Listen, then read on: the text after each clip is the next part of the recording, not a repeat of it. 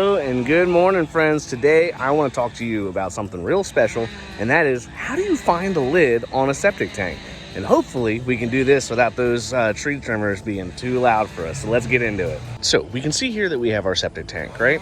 So we have our clean out over there, which is on the front of the tank, the riser, which is in the middle of the tank, but we're trying to find the lid on the back of the tank. So how do you do this? So the first thing you're going to do is you're going to figure out, how is this tank oriented? So we see here that I have my probe. This is my T-probe. You could use a copper bar. You could use any other kind of metal object that you want to stick into the ground, as long as you can get it into the ground and get it out of the ground to find the tank. So what you do is you take that probe right there, and then you're going to probe to try and hit the top of the tank, right? We can see the top of the concrete. It's only about 18 inches down, so not too deep. But what we're going to do is we're going to put a flag on one edge, a flag on another edge, and then we put a flag on the back, right? At least in our area, if you're digging up the tank and you know how it's oriented, if you go in the middle of the tank, you'll find the lid every single time, right? So we can see here that this is just a regular old 12 by 12 lid. They come in a variety of shapes and sizes. So usually what I will do is I will go 2 shovel lengths up, 3 shovel lengths wide, and that usually will get you roughly in the right ballpark of how big the lid is. Sometimes it's hard to find the lid because you could miss those edges, or that handle could be missing, right? So for this particular one, you dig down to it, you hit the handle, now you know you're on the lid, and all you gotta do is find the edges.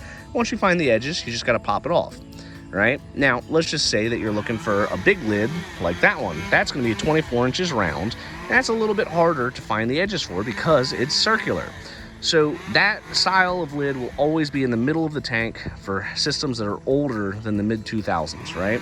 Or at least in our area. In our area, generally, you're gonna see this configuration. You got a 12 inch by 12 inch on the front, 24 inch round in the middle, and a 12 by 12 in the back. Now, in the mid-2000s, they switched to 2-chamber septic tanks, which will have a really big one like that in the front and a really big one like that in the back, right? Sometimes, depending on the manufacturer, you're gonna have a little 4x4 plug in the middle. So when you're looking for those, what you're trying to do is you're gonna dig a larger hole to hit the handle. Once you hit the handle, it gets a lot easier to find the rest of the lid. But let's just say, for example, that you measure out the size of the tank and you miss. Well, now what you need to do is start going towards one side or the other side, and then eventually you'll hit the edge of the lid. Sometimes you can mismeasure the tank by hitting a rock, right? And that kind of sucks.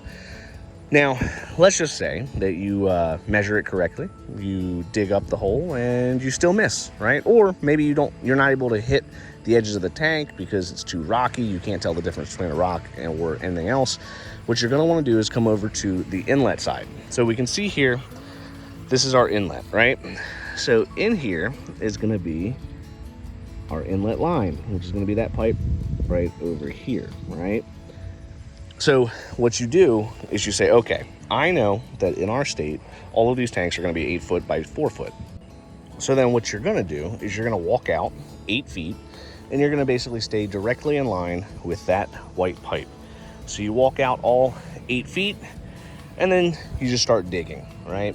Sometimes you can get very unlucky and you can miss entirely, but that'll at least get you in the right ballpark.